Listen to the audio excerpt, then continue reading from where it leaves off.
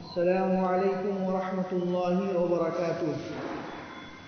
حضرت ابو الربیع رحمۃ اللہ علیہ فرماتے ہیں کہ میں نے ایک گاؤں میں ایک نیک عورت کی شہرت سنی جس کا نام فضہ تھا۔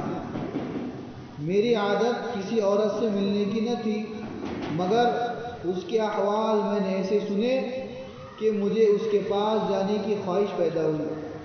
میں اس گاؤں میں گیا اور اس کی تحقیق کی تو مجھے لوگوں نے بتایا کہ اس کے یہاں ایک بکری ہے جس کے تھنوں سے دودھ اور شہد دونوں نکلتے ہیں۔ مجھے یہ سن کر بڑا تعجب ہوا۔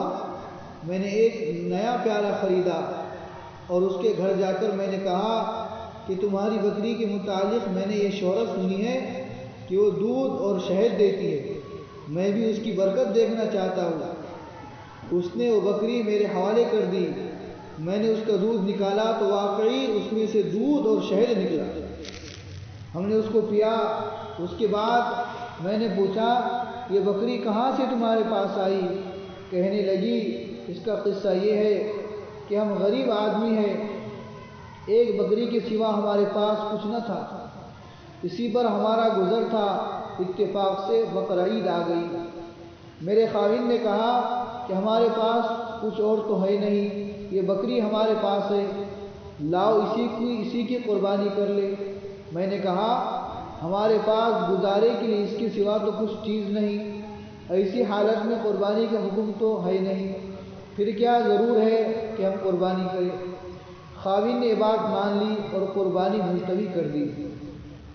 اس کے بعد اتفاق سے اسی دن ہمارے یہاں ایک مہمان آ گیا تو میں نے خاوند سے کہا کہ مہمان کے اکرام کا تو حکم ہے اور کوئی چیز تو ہے نہیں، اس بکری ہی کو ذبح کر لو۔ وہ اس بکری کو ذبح کرنے لگا۔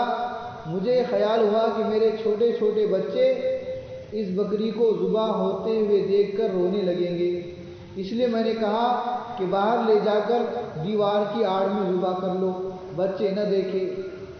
وہ باہر لے گئے اور جب اس پر چھری چلائی تو یہ بکری ہماری دیوار کے اوپر کھڑی تھی اور وہاں سے خود اتر کر مکان کے صحن میں آ گئی۔ مجھے یہ خیال ہوا کہ شاید وہ بکری خاوند کے ہاتھ سے چھوٹ گئی۔ میں اس کے دیکھنے باہر گئی تو خاوند اس بکری کی کھال چھیڑ رہے تھے۔ میں نے ان سے کہا بڑے تعجب کی بات ہے، ایسی بکری گھر میں آ گئی۔ اس کا قصہ میں نے سنایا۔